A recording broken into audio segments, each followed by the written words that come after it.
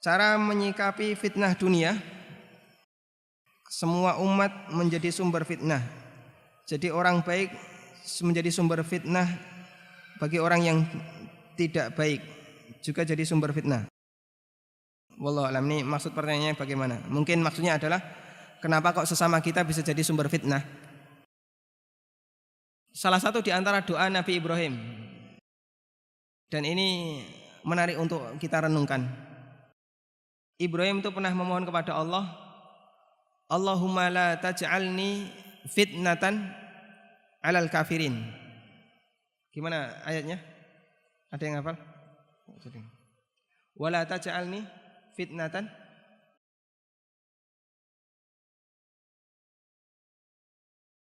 Salah satu doa Ibrahim, beliau berlindung kepada Allah, ya Allah janganlah engkau jadikan aku sebagai fitnah bagi orang kafir.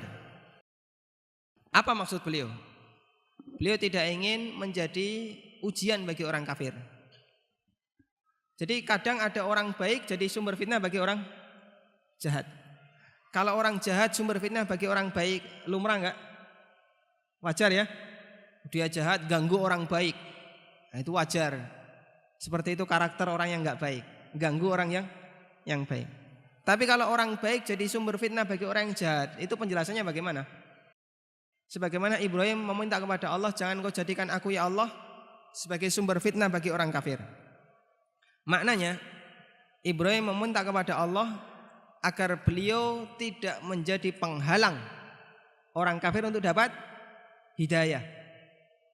Mungkin karena gara-gara dakwah beliau yang keliru, cara penyampaian beliau yang salah, terus orang kafir menjadi sangat benci kepada ajaran beliau sehingga menghalangi mereka untuk dapat hidayah.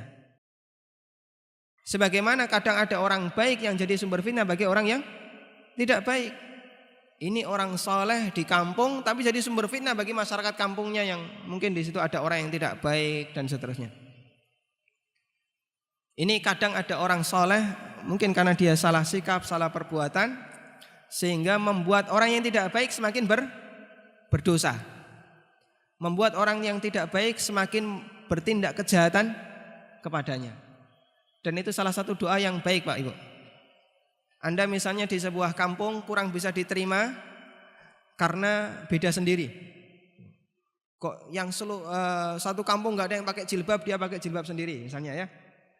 Atau satu kampung gak ada yang mau sholat jamaah, dia aktif sholat jamaah sendiri. Ini kok terlalu menyita waktu ke masjid keseringan. Kita bisa berdoa kepada Allah, minta semoga Allah tidak menjadikan kita sebagai sumber fitnah bagi mereka.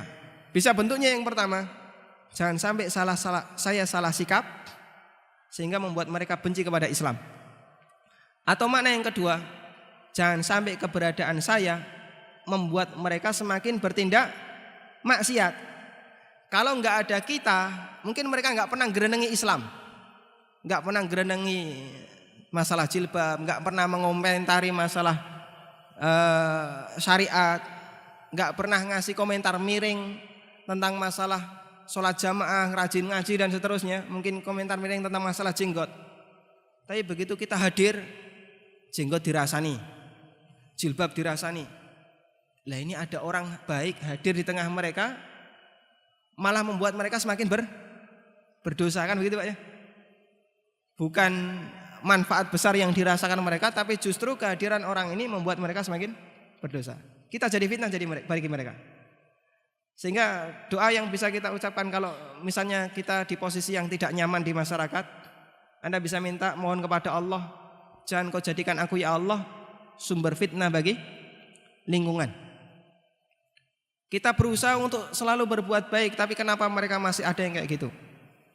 Arti sebaliknya adalah kita minta kepada Allah agar Allah memberikan hidayah kepada mereka, atau minimal Allah jaga mulut-mulut mereka itu biar nggak komentar miring tentang syariat Islam, sehingga keberadaan kita tidak membuat mereka jadi semakin berdosa.